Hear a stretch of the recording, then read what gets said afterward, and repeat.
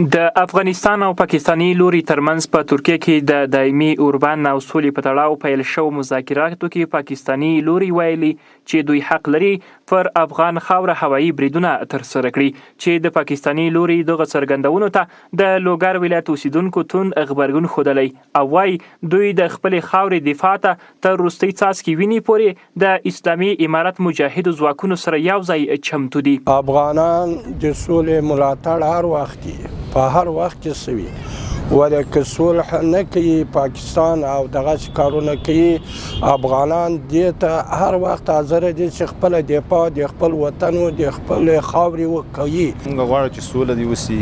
که چېرته پاکستان غواړي چې په افغانستان د تجاوز وکړي، موږ بیا د لوګر ځوانان هر ډول حالاتو ته چمتو یو. موږ د اسلامي امارت تر شا ولاړ یو او هر کله ولاړ یو. موږ هر رقم قربانۍ ته تیار یو. د غرض د لوګر یو شمېر اوسیدونکي د پاکستاني پلاوي خبرې غیر قانوني بولي او زیاتوي چې پاکستاني رژیم هر وخت هڅه کړې ترڅو خپلې ناکامۍ پړه پر افغانانو واچوي، اما ملتونه اوس ملامت او سلامت پیژني او هیڅ هیواد ته د یرغل کولو اجازه نه ورکوي.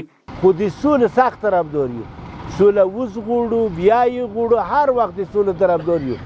که هر دښمن په موږ نه تروزه هغه لري دا اصلاحوار وي، څومره ځوان کوي د تاریخ د وګوري. پاکستان د وزیر د دفاع خبرې بلکې د اوس خبرې نه دي. 50 کاله کېږي چې له موږ سره سوړ جنګ شروع کړی، اقتصادي جنګ یې له موږ سره شروع کړی، دا اوس نه ده.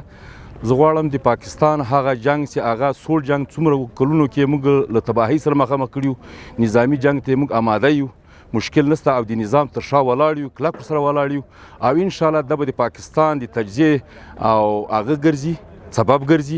د یادولو وړ ده چې د پاکستاني او افغانستان مذاکراتي پلاو ترمنځ په ترکیه کې د سولې په اړه خبرو اترو کې پاکستاني ټیم د میدان پرېښودلو په تکل کې دي او په افغانستان باندې د یرغل چمتوالی ښودلی چې دغه خبرې د لوګر ولایت اوسیدونکي د پاکستان لپاره پښیمانه کوونکي بولي.